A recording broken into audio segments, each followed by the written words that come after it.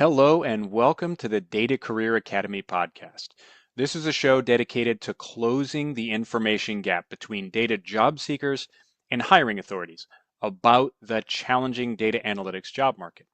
My name is Albert Bellamy. I'm the host of the show, and it's my goal to highlight aspiring data analysts and their abilities in order to get them hired, to spotlight recent hires and how they successfully navigated the hiring process, as well as to find out from real industry experts what the job market looks like from the hiring side and how all of that can benefit you, the listener.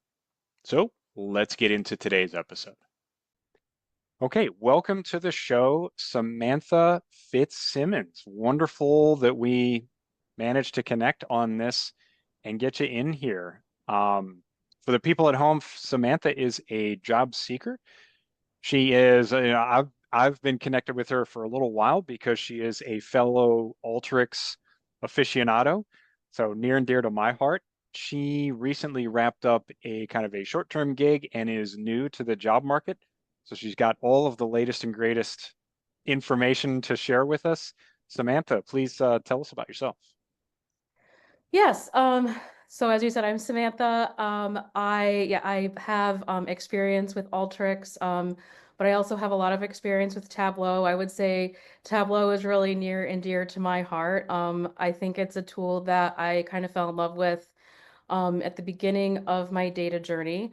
Um, I I guess you could say I started my data journey towards the end of 2023 when I started a career data immersion boot camp through Career Foundry. Oh, awesome. And yeah, and I think they started us out with Excel, and then I think we moved on to SQL. Then I think we used the data that we kind of analyzed in SQL into we moved that into Tableau, and then at the end we worked with Python. So it was a pretty comprehensive data immersion course. It was all online, but I remember they paired me up with a mentor, and Oh, cool. I didn't know that. yeah, they paired with a mentor and a tutor, and but the mentor was someone that you would schedule calls with, I think, to talk more about big picture stuff. If you had questions Yeah. about the curriculum, you'd contact the tutor. And the mentor said, like, and immediately when I showed him one of my final projects, he said that I should really consider becoming a Tableau developer. So that was something that was really encouraging. And so I was doing that data immersion boot camp while I was a speech pathologist. So those are two incredibly different things that were Yes. going on simultaneously. You are the first speech pathologist we've had on the podcast. Yeah, We're breaking I'm new ground all over the place. yes, yes. So I came from one end of, I guess you could say, you could kind of look at it as I came from one end of the spectrum to the other in some ways. I think one commonality between the two careers is that there's a lot of in a way data collection and analysis that you have to Okay. do in both. And so as I went through my career, which I was a speech pathologist for 14 years, I really realized that the thing that I liked the most was collecting data and then Okay. analyzing it and then either writing it in a report or for a doctor or um, really explaining that to the patients that I was working with about why they should care about that data in the first place and what they can use to help them meet their communication goals or their cognitive goals and different things to help their lives get better or help them recover from, some kind of injury or some kind of thing that they've gone through. So that's what I sort of found in like that were both common between the two fields. So yeah, in 2023, I dropped to part-time work. I was really fortunate to be able to do that. And so I was working part-time and I Hmm. was pursuing You um, dropped to part-time work as a speech mhm, pathologist. I Okay. was, yeah. And that was it. Was that after the boot camp or was that while you were still working through it? Well, I was still doing the boot camp. Oh, Yeah. cool. Yeah. So it was great. It really allowed me to focus because I did actually try to do it full time. And there are people who will self-study and work full time, and I give them all the credit in the world. And but I was able to drop to part time, which I think really helped me focus. Yeah. Yeah. Yeah, absolutely. If you got the means to do it, that is Yes. the way to go for sure. Yeah.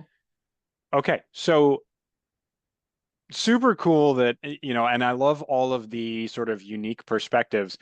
I'm curious, was there any instinct to stay in the healthcare domain? I see that you didn't.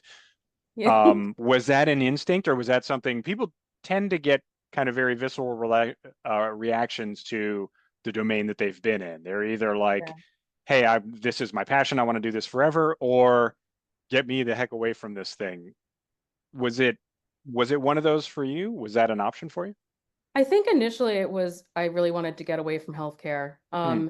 But then I realized that, this is the domain that I know, and I have an Okay. insight that a lot of people don't have, especially if they only have a data background. Even if they've worked in with healthcare data, I have just a different experience. And so, yeah, I think healthcare is definitely a domain that I want to continue in terms of data analytics.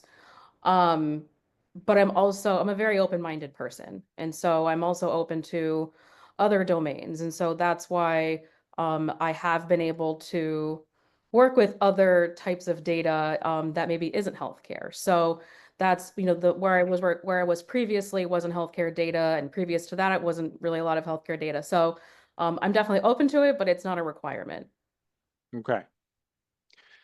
My spidey sense goes off when you say that because I immediately think unfocused. So do you have Oh, a okay. domain that you're aiming for? Yes, healthcare. Yeah. Okay, I would say good. at least 90% of my jobs that I'm applying for are healthcare. Okay. Other thing that I am looking into are also call center related positions, because in my Ooh, okay. previous role, I did work with some call center data. So I feel like I learned a lot there, and I have a really specific understanding of that. So that's something else that I'm also looking into. And I I don't suppose think I've ever considered that as a domain. That's fascinating. Okay. I mean, it's not very common, I've learned, but I Yeah. feel like in the jobs that I have been able to apply for, I feel like um, I can really tailor my resume in a way that really is very directed towards that. Hmm. So, yeah, that's another domain that I'm interested in, but it doesn't come up very often. Okay.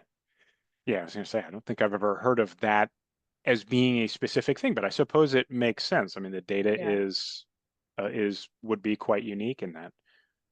Okay. So I would imagine you seem like just just first impression, you seem like a very organized person.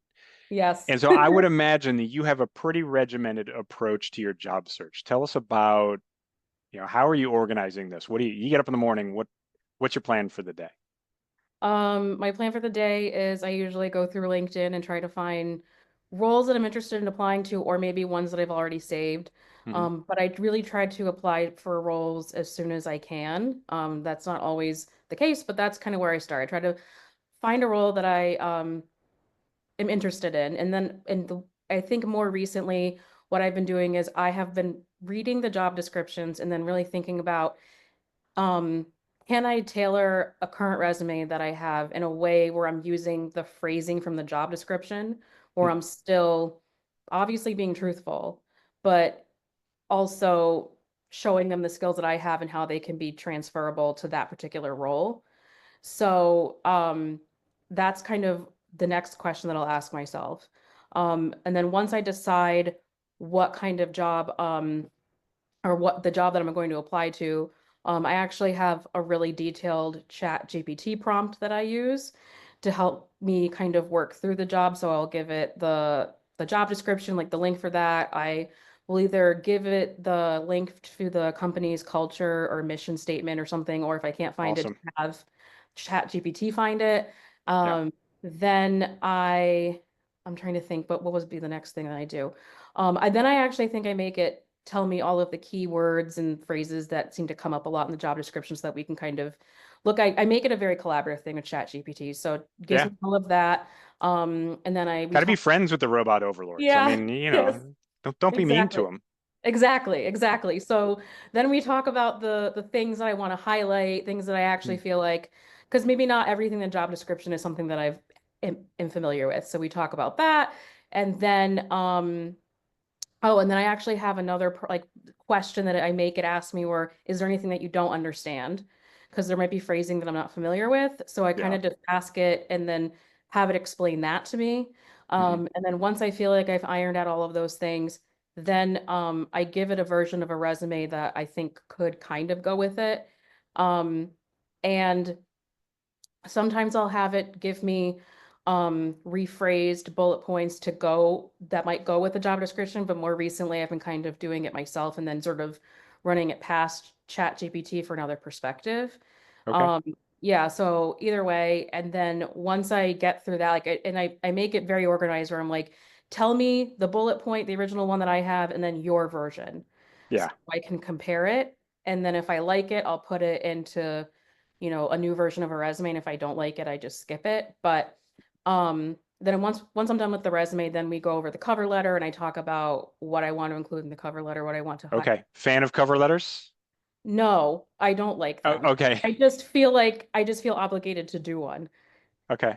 Yeah. I'm So not a fan of cover letters. That's why I ask. yeah, I can't stand them, but Okay. I feel obligated to do them. So It seems like I can't get through a podcast episode without someone running completely contrary to some piece of advice that I've given forever. So okay. I'm always my curiosity is always piqued when somebody says I do X and X is something that I tell all of my clients like never ever do that. I don't rail against cover letters. I just don't like vast majority of the time I don't see a need for them. So anytime someone Yeah. says I do this, I just want to know why. Okay. So Yeah, no, that's a are fair you seeing question. those required out there? That's curious. I mean, I think it'll say it'll give you the option to upload it. Sometimes it'll be Mm, separate. And then there are times that it's just as resume, but I still feel obligated to include a cover letter. So I'll just make it mm. the second page of the document in case the person wants to look at it. I Okay. I don't Has that been working? I have no idea. I Okay. don't know. So I no response from those for the most part. no, Okay. I just include a cover letter because I feel like I have to. How are you tracking your efforts? Like in terms of successes and things like that Yeah. or responses. Um, honestly, I guess maybe that is something that I've been thinking about. You would think, I'm a data analyst, you think I would be tracking those things. But I figure you'll be analytical in all things. yeah, yeah. Yeah. I think honestly, I wrapped up my previous role middle of July. I guess it has been a month. Okay. Um, I don't know. I think I've just been focused mostly on just what I use to apply and then saving the job description so I have it to refer to for if I have a job interview. Hmm. Yeah, so I guess I haven't really been tracking those sorts of things, but Okay. I guess that would probably be a good idea. So are you seeing a response? Have you gotten I've callbacks or gotten interviews? I've Okay. gotten responses. I don't know if there's really any difference in using a cover letter or not, though. Yeah. Yeah. Okay. Just in general to applications, getting Oh, responses? yes. Okay. Yeah. Yeah. What would you say your hit rate is? In terms of getting an interview Yeah, like what or percent of applications do oh you my get gosh. some kind of legitimate response, not, Like an bot or automated creeper response. stuff or anything? Yeah, like Okay. Um, I would say I haven't quantified it, but I'd say it's pretty low. Um, so what's low yeah, to you? like single digits, like Oh, low. well, I mean, like Yeah. systemically, that's to be expected. Okay. Competitive resumes, you're looking at probably a 5% rate of return on applications is pretty darn good. Oh, okay. Yeah. So if you're in single digits, you're still fine. If it's, Okay, if that's a it's like, relief. 1%, that would be a concern. But but it sounds like you're doing a tailored approach. So you Yes. can certainly expect, and you've got experience and a pretty good skill set. So you should definitely expect that you're going to get a decent rate of return. Yes. Um, okay. So how far, you said it's only been a month. Mm-hmm. How far are you getting in these? Have you gotten to interview phase in some of these application process? I am in an interview phase. I have one Awesome. tomorrow morning. Yes. Yeah, so that's I hope it's so and it's a second round interview, so hopefully that will turn Oh, out. excellent. Yeah, yeah. I think, I think the strength of one of my strengths is once I get my foot in the door, I can sit there and I can talk to you about myself, and I'm personable, and I think I can You in mean that foot in the door like you're physically in an in an interview? interview. Yeah, I Okay. think I do pretty well. Even if, they don't hire me, I think I can still get through an interview where I walk out with my dignity. So that's sort of that's how I gauge success, because Yeah. you don't know who you're up against and what other skills people are bringing to the table.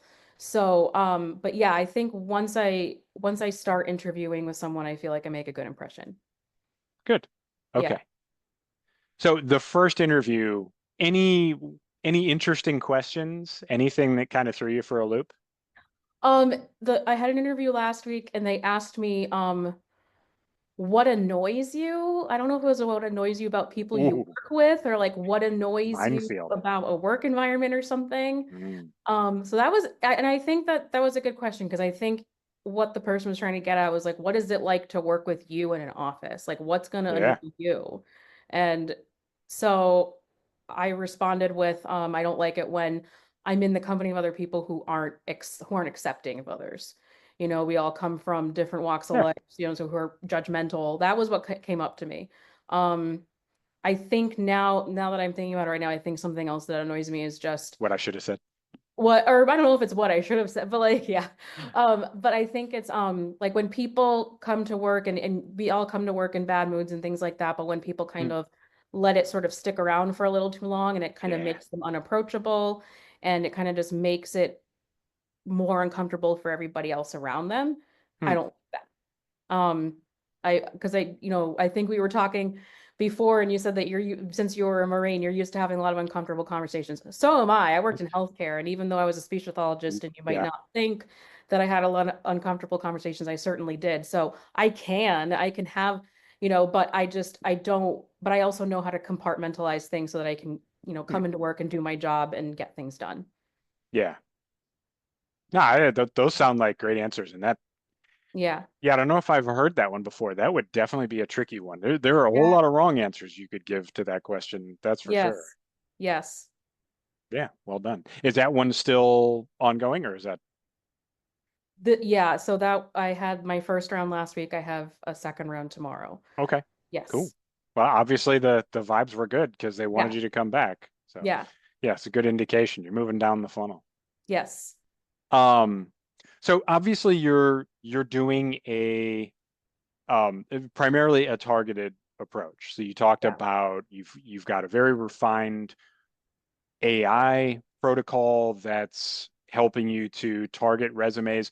Are you mixing that with any kind of volume approach? Do you do do you have any kind of numeric targets for how many applications you want to do in a given time frame?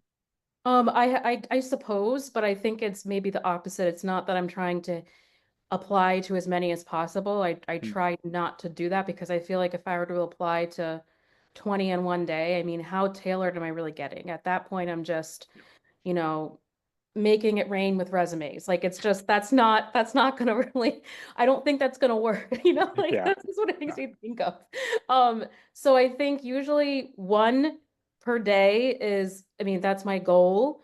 I've done If you're it. going to do one per day, you better make it a good one. Yes. Yeah.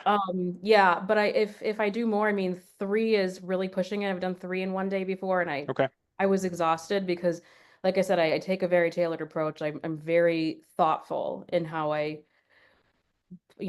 put together all of my resume. So it's not something that I just do in 20 minutes. Um, so Which yeah, ChatGPT model are you using? um, they just changed to five. Before I was using four, I Hmm. think. I know that 4.5 was available, but it was very limited in how many times you could use it. Yeah. So now I'm using five. I don't know, it's been good, but it's also been a little slow. But It yeah, definitely thinks a lot harder. yeah. I finally used 5 Pro for the first time today, Oh, and it scared me because I was like, "Oh, they don't need me anymore. This thing oh wow. can do my job. Like if they want to keep paying me to operate Yeah. I know you're limited on the amount of times you can go to that, but man, Yeah. it took like 7 minutes to bring me an answer, but boy, was it an answer. Uh, Wow. yeah, Okay. Yeah. Is Pro, because I am using a paid version, but I know that there's different tiers. So I'm using the paid version I'm on right. the lowest paid tier on my Y- personal. Okay, This okay. was on my work Oh, account, which I think they're the same capability level. I think the enterprise is still oh, okay. the lowest. At least Okay. I haven't seen any difference. At the end of the day, when I switch over to mine, I still have the same set of tools. But yeah, that 5 Pro is a doozy. Yeah. Yep. Um, yeah, awesome. So lessons learned now, it's only been a month, Yeah. but I would imagine you have a pretty tight turn on applying lessons learned. Yep. So have you changed things? Has your approach been tweaked in the ones of weeks that you've been at it? Oh my gosh, I'm constantly updating my AI model or the ChatGPT prompt. I'm constantly Yeah. updating that. Um, I I think I think the other thing that I think about a lot is just how I'm sort of telling my story on LinkedIn. And I think that's something I've been thinking about for a while, but I just Yeah. haven't really been able to figure out how to do it or what I want to do. And then I just thought like I'm overthinking it. And I just need to do I need to just kind of show, I guess what I'm trying to do on LinkedIn is just show people what I know and show Hmm. and teach people what I know. I really like to do that. And I think I like making content on LinkedIn, so I do put out a lot of that. And so I think the things that I really enjoy making content about is I like making content about dashboards because I make a lot of dashboards. I've also been doing content about SQL. I think that really helps solidify my understanding of that. And then I've also started to put out new content about medical jargon because I'm in a group chat with some former colleagues, and someone was saying that they're interested in applying for jobs that require medical knowledge, but they don't know a lot of it, or maybe they're not familiar Hmm. with the terms. So I thought like, well, I don't know if other people care about it, but maybe I'll put that out and that could maybe differentiate me from other Yeah. people. So I am trying to do that. I'm trying, and then I also try to also tell my story of just my story of being a speech pathologist before and now a data analyst. And I think before I was almost trying to downplay that part of me and sort of pretend like, Yeah. yeah, I was never a speech pathologist, and and try to downplay the fact that I really wasn't like in a very highly technical background. But now I'm like, I just need to be myself. Yeah. And I think the best way to approach that is to just kind of own that and then just be confident about showing that to others. Because if I'm not, then I think it can give people the wrong impression, or people might think that I'm not as confident as I could be and things like that. So I think that's just something that I'm trying to do. So yeah, I think that I guess overall a lesson that I've learned is just making sure that I tell my story or tell people about myself before other people can tell that story for me or make assumptions. So Yeah. yeah. Well, you're tapping into some themes here, and I love the fact that you connected this to content as well. But I'd love to hear you talk about confidence because you hit that word a couple of times there. Yeah. And we were talking pre-show about confidence and imposter syndrome, and I feel like it's really important. You've got experience, both, extensive experience professionally, but a couple of good jobs under your belt as a data analyst. Yes. And I feel like there's an attitude out there that imposter syndrome is only for the rookies. And Mm. it's, once you get that first job, you're good and you're in the Cool It Club. Yeah. And so it was interesting to hear you talk about it. And I'd love to hear you kind of expand on that. Like Yeah. how has your level of confidence changed? Has it gotten better or worse in this latest phase of your career? And what do you think you can teach me? This is like a three-part question, so I'll Sure. wind you up and let you go. But Sure. Sure. yeah, talk about confidence. Go. Yeah. Yeah. So yeah, struggling with confidence is not something that I've only struggled with as a data analyst. I also struggled with it considerably in my previous career too.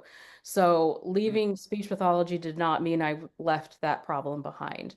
And I did speech pathology for 14 years, and I still felt imposter syndrome throughout my career. I think what I've learned is that the more you learn, the more you know about something, the more you realize the less you know.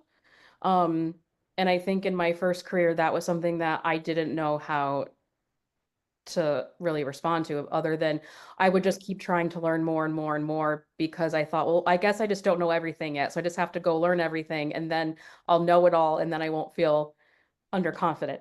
That didn't work. So now I'm in this new career, and data moves.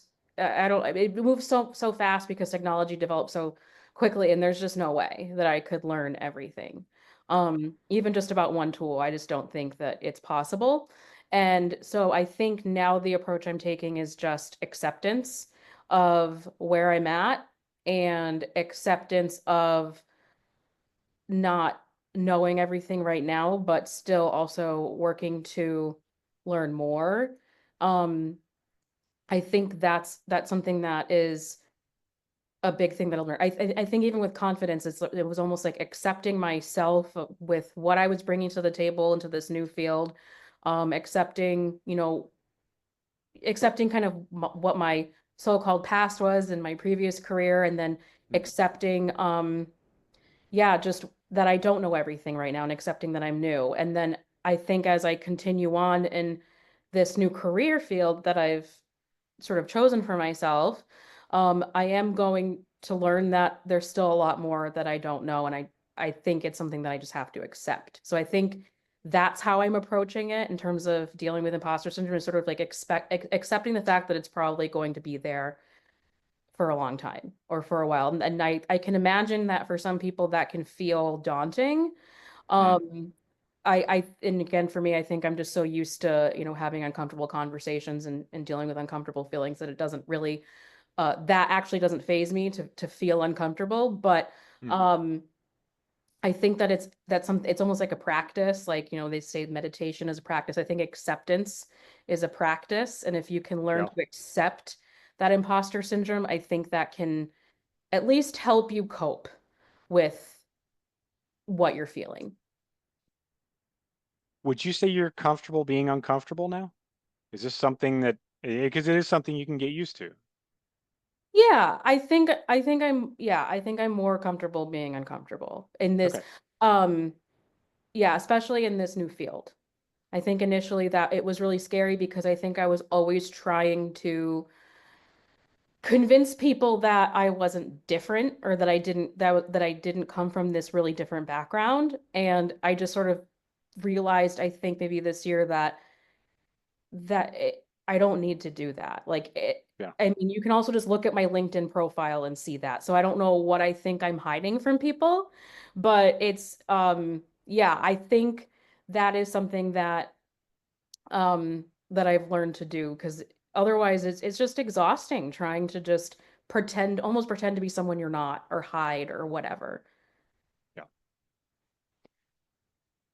And it's interesting too because it's more than just, well, I have a background in healthcare data, so I can go seek out healthcare data jobs. That is Right. part of it. Each domain has its own language, especially healthcare. Yeah. So it can be quite difficult. I personally got shot down for a couple of healthcare data jobs early on because they said, "Hey, you don't have a background in the domain." But it's more than that. I mean, it's an attitude. And so I think that's fascinating that you had that much experience in healthcare, in speech pathology, and still there was a feeling of, hey, I don't know enough yet. I haven't mastered this, that, there's some sort of binary outcome. I'm going to be a black belt in speech pathology someday, and then I'll Yeah. be done learning. Yes. Yeah. I think, I was almost comparing myself to everyone's highlight reel. I'll see Mm, other people who I might follow on social media who are in speech pathology, or just other coworkers that I've had who are just really specialized in a specific thing, and they're just incredible. They just are just so amazing at what they do. And I don't know if they're dealing with some kind of imposter syndrome themselves, but I'm comparing this underconfident version of myself to their professional persona that they're showing to the world, not who Yeah. maybe they really are on the inside, if, assuming it's different. But um, so I think maybe that comparison I was making was just, it was almost unfair or unrealistic. And then the thing about speech pathology is that you can go in so many different directions with speech pathology. And you say like, oh, you sound unfocused. I guess I kind of was in my previous career because I just like to learn everything and I just want to do everything. And I liked having that variety. Um, and I think I did okay, but I mean, it's exhausting trying to learn everything and then trying to be really Yeah. good. Very early on, I think when I was still in the Marine Corps, somebody hit me with the phrase, and I'd never heard this before. And they said, don't try and boil the ocean of data science. I have heard that phrase probably 100 times since then. It's fairly common. But that one just hit me. It was like, that was one of my aha moments. Like, wow, I've never heard it expressed that way, but that makes a ton of sense. And that made sense to me given my background. And, the longer I spent in the Marine Corps, the more I realized that, hey, I know how to do like three things at most. And there's 100 other things that I'll never understand. And so, how interesting that, think of healthcare, it's one big monolithic thing. And then, Right. okay, speech pathology. Yeah, that's a smaller thing, but when you figure that out, then you're the master of it. But yeah, I think that's part of that Dunning-Kruger curve, and that's the thing where when you get aware, you're really just aware of your lack of awareness and how much there is left to learn.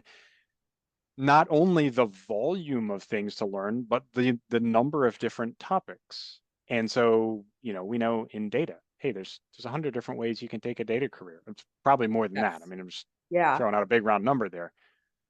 So not surprising to hear that it was the same way within healthcare, within even speech pathology.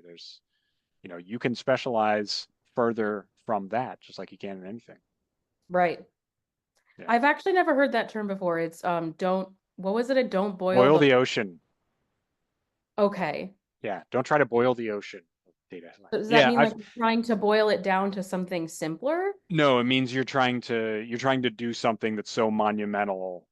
It's like, let me Oh, master all of the data things. Like, nah, you're never going to do that. You've got to yeah. pick something. So yeah, it, I see people with less experience generally in the field will come in and say, even if they're smart enough to focus down to just data, Hmm. one of the biggest problems that I have with people is getting them to commit to a domain. Okay. And they'll say, "Oh, I just love all of it. I just have a passion for data." That's the phrase where like I clench up a little bit and like, I get it and I feel you, but please don't say that because that means you're going down a very bad road of boiling the ocean and trying to be all things to all people. And in a Yeah. job search, that's just toxic because then Yeah. you can't focus on, on pivoting a couple of base resumes to specific jobs. Now you've got a financial analyst resume and you've got a healthcare informatics resume and you've got a manufacturing analyst.